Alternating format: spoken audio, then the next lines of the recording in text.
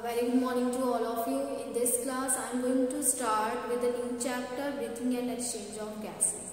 In this chapter, we are going to discuss about the respiratory organ in different organisms. First, we discuss about the small section of NCERT, which has given about the respiratory organ of different living organism.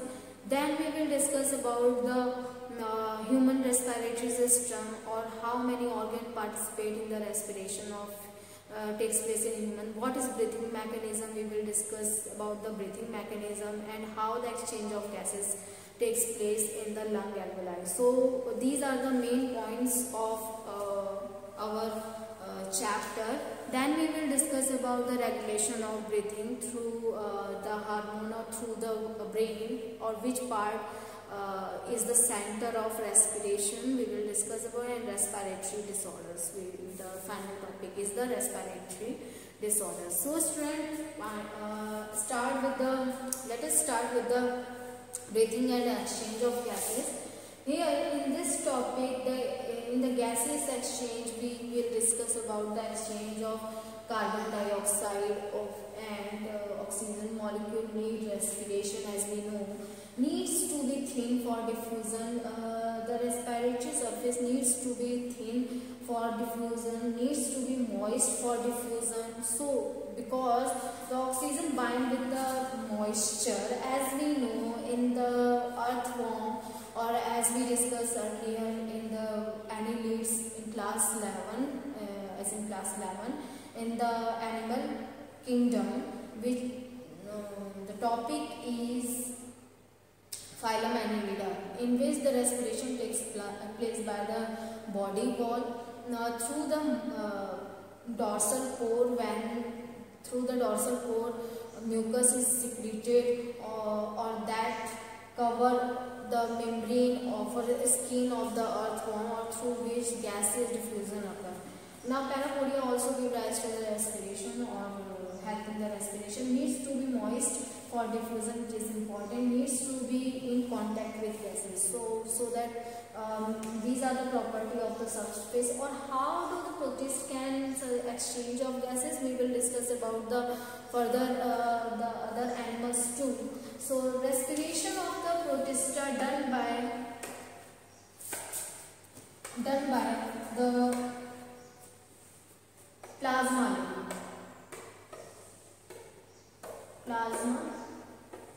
lemma. So it is important to discuss that how plasma lemma give rise for the responsible for the respiration in protist group of animal. These function as respiratory organ.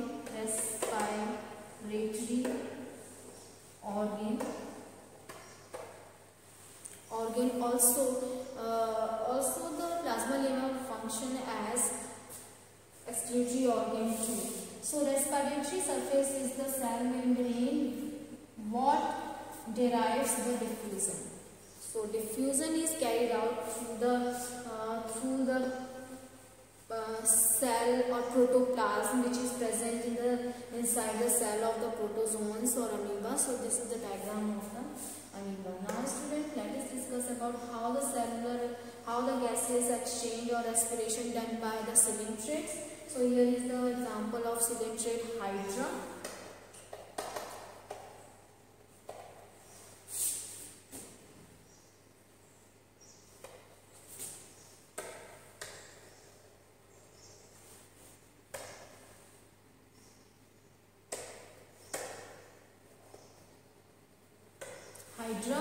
Or through here is the osculum is situated, which is known as mouth, or through the mouth the water entering into the body, or through the body wall gaseous exchange is carried out. So diffusion through cell membrane, again the respiration is carried out. Cell membrane of the here in the gastric cavity, the different cells are situated, or they form the inner lining of gastric cavity, or by those cells respiration is carried out. So the cell membrane of those cells exchange the carbon dioxide and oxygen. The next is how do, as we discussed earlier, worm worms, how respiration is carried out through the worms. So worms carried out the respiration through the membrane or body wall, also said to be body wall. So the gaseous exchange is carried out by the moist skin of the earthworms. Moist skin of the earthworm. The diffusion is carried out by the moist skin of the earthworm. Next is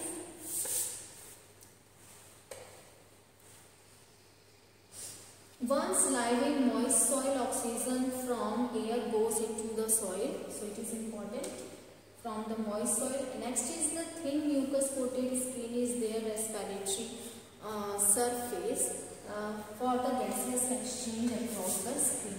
Next is if skin dries, this died by the suffocation because the gaseous exchange is not carried out by the worms. So that is the important. Now need a transport system. Also the gaseous exchange need a transport system because our blood circulatory system as we know, RBC carries the hemoglobin situated in the RBCs carries oxygen molecule.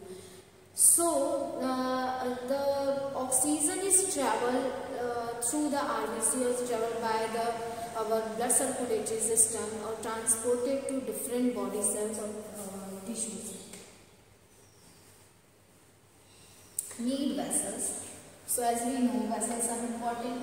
Need blood with an oxygen carrying molecule. Respiratory pigment is hemoglobin. In just example. But if we talk about the arthropod, so though in the cockroaches they don't have the respiratory pigment, or in the crustacean the respiratory pigment is hemocyanin, or so on. And if we talk about the annelids, the respiratory pigment is again hemoglobin. So some of the organisms shows the hemoglobin as a respiratory pigment, but some of the show the hemocyanin, that is green, shows the green color of blood in crustacean. So it is important that how respiratory pigment is important, because we know the hemoglobin is respiratory pigment in human, or that bind with the 4 oxygen molecules. So that's why it is important for binding with the oxygen molecule. If the pigment is present, that only bind with the oxygen molecule. If not present, so animals are not able to bind with the carry the oxygen molecule. Now next is 100 ml of water can carry is only 0.2 ml of oxygen. So it is important to know that how the minimum quantity is that 0.2 ml of oxygen. That's why by directly binding with the water too, the binding efficiency is low. Only 0.2 ml of oxygen carried by the 100 ml of water. Now 100 ml of blood can carry 20 ml of water. As compared with the 100 ml of water, it is quite more than the 0.2 ml, that is 20 ml. That is approximately 100 times is more than the water. Blood can carry oxygen because of the hemoglobin. That's why respiratory pigment is important. That's why respiratory pigment is important.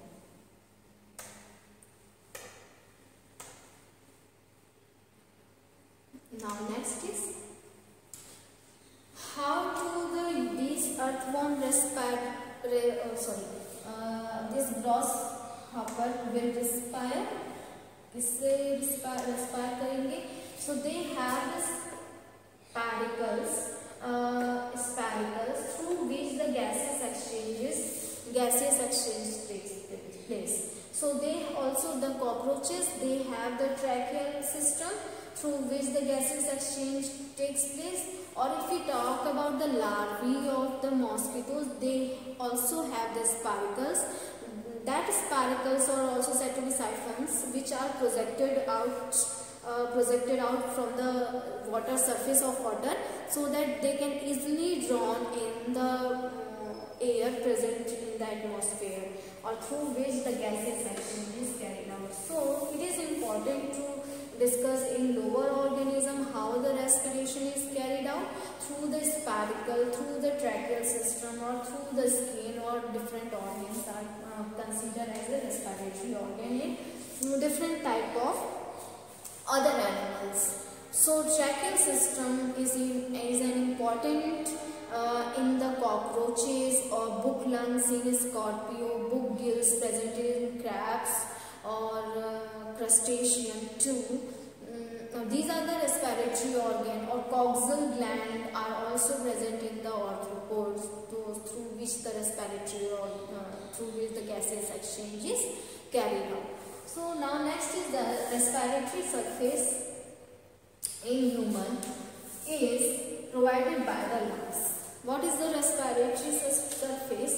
So here the diagram shows the lung alveoli, through which the diagram shows the bilobed structure of respiratory organ lung, or how the tracheal system drawn in the atmospheric air into the lung, or through the trachea, primary bronchi, that is differentiated into the primary bronchi, secondary, tertiary bronchi, and bronchioles are finally terminated into the alveoli.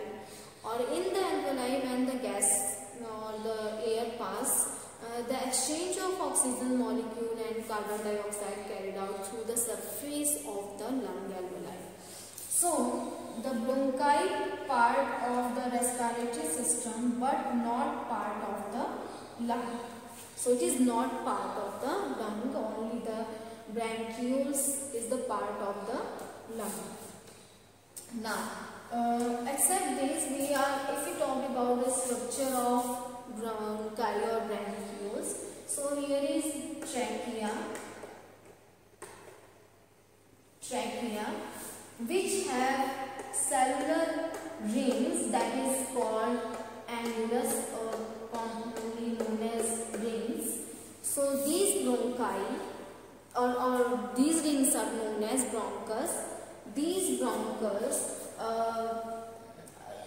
are not fully circulated, that is semicircular only, bifurcated at the 7th vertebrae or 7th thoracic vertebrae. 5th thoracic vertebrae, not 7th.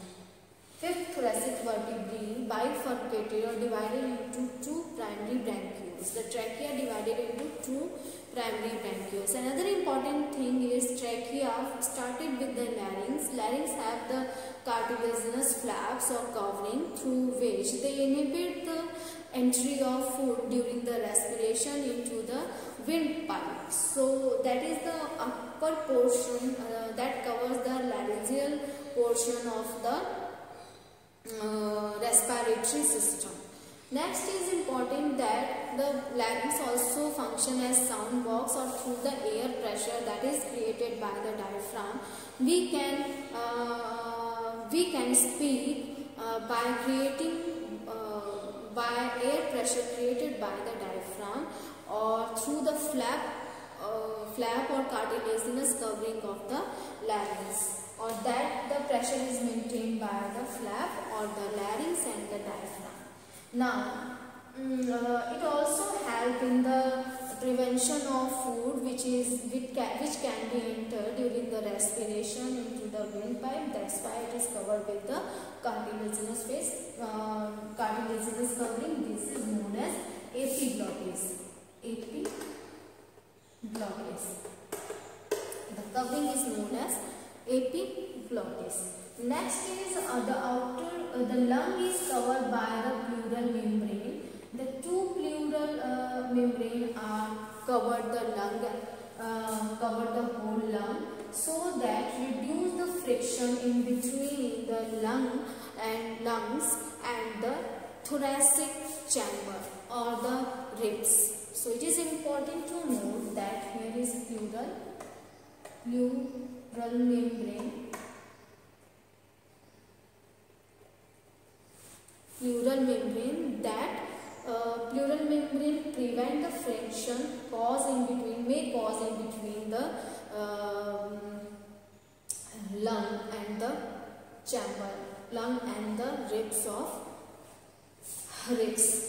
So that's why now the primary bronchiole divided into secondary bronchus, then tertiary bronchus, and after tertiary terminated into bronchioles, or that terminated into the lung alveoli. That terminated into the lung alveoli. Now, student, let us discuss how much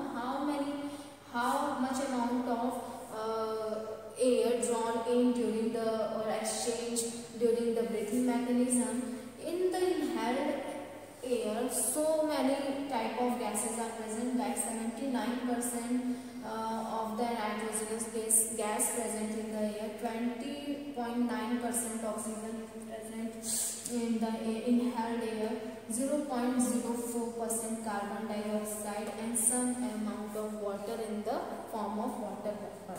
Now in the exhaled air, the 79% again of the nitrogen, because the nitrogen cannot be diffused with the lung alveoli.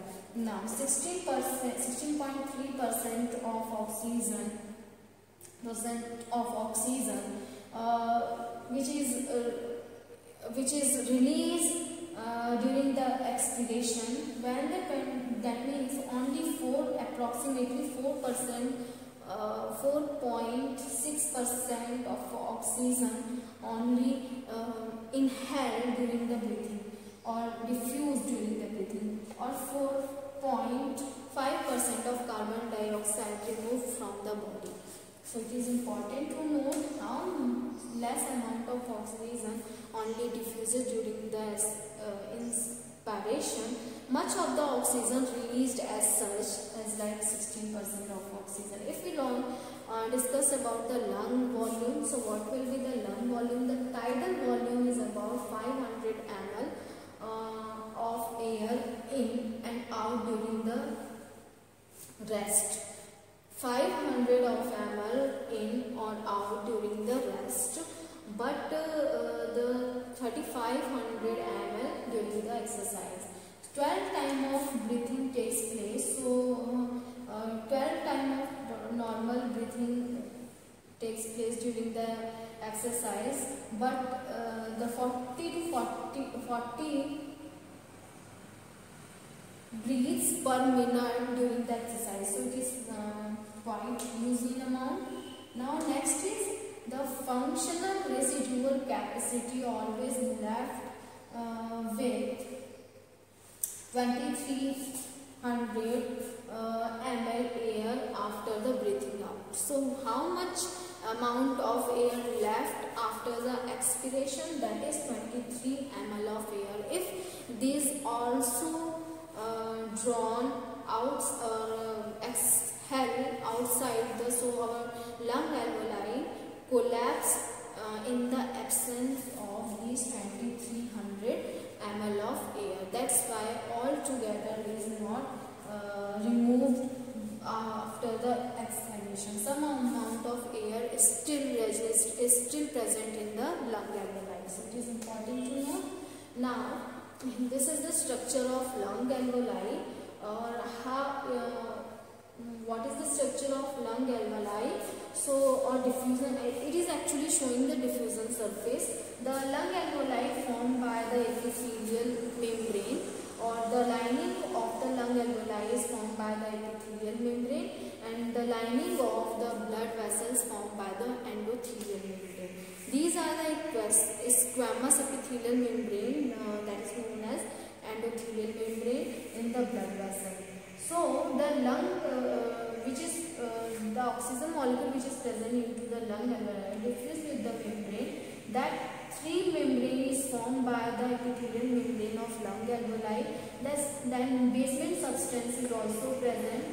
The basement substance is also present, and the endothelial membrane. So overall three diffusion layer.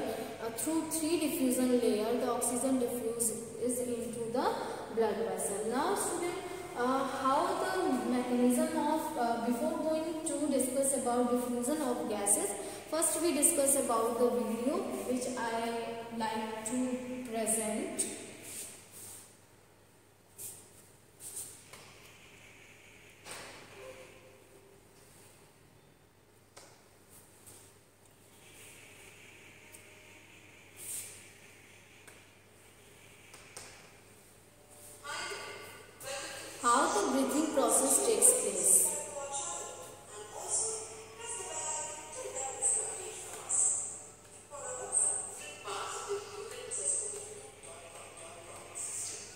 Now, we ended the session with a question.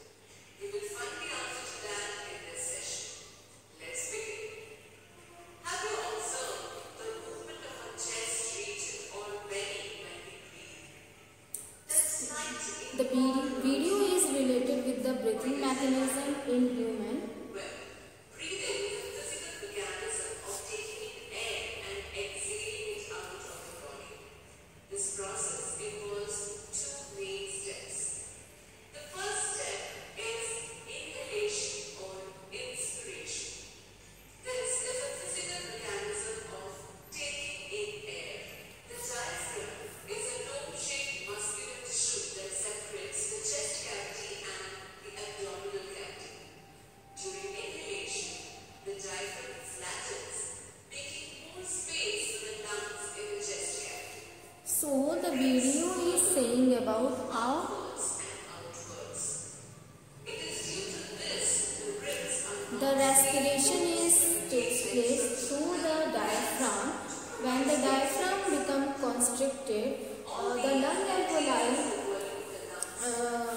space in the lung alveoli increase by the contraction of the diaphragm, or that makes the diaphragm flatten, or that's why overall increase in the area of the lung alveoli. That's why after increase in the area of lung alveoli, the oxygen present in the environment drawn inside, and how the exhalation takes place. When these are again relaxed, the diaphragm becomes relaxed. So dome-shaped diaphragm converted again regain their normal structure. That's why decrease in the overall space of the lung alveoli and cause the exhalation of the carbon dioxide. which is called the total lung capacity. That's quite a number, isn't it? Now tell me, is breathing a voluntary or involuntary? Can we control it? Let's try. Hold your breath. Oof. That's difficult. The breathing movements are normally not under our control or will. That is, they are involuntary movements.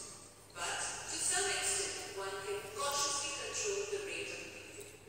Did you know that the normal human adult's breathing rate is 12 to 18 breaths per minute? But a newborn breathes 60 times per minute. The composition of the air that we inhale and exhale to breathe. We often say that we breathe in oxygen and release our carbon. The data showing about how less amount of oxygen is diffused during the inhalation process, where most of the oxygen removed as such during the exhalation process of the breathing. None of the nitrogenous gas diffuse into the lung alveoli because the data is showing 79% of inhalation enter into the inhalation, and again they also exhale by the same amount. Now we know that there is a lot happening with the body when we simply breathe. But how does carbon dioxide added to the blood and air? Well, we'll find that out in our next session. So stay tuned for that. I hope you like your session today. So student, this is overall about the breathing mechanism, student. In next class we will discuss about the next topic that is related with the diffusion of gases with the lung alveoli. I hope you like this video, student, and in next class we will discuss about the structure of the lung alveoli, how the diffusion of gases, or how what is the partial pressure of the oxygen in lung alveoli and the partial pressure of carbon dioxide into the lung alveoli and blood vessel too. So student, thank you for listening and watching me.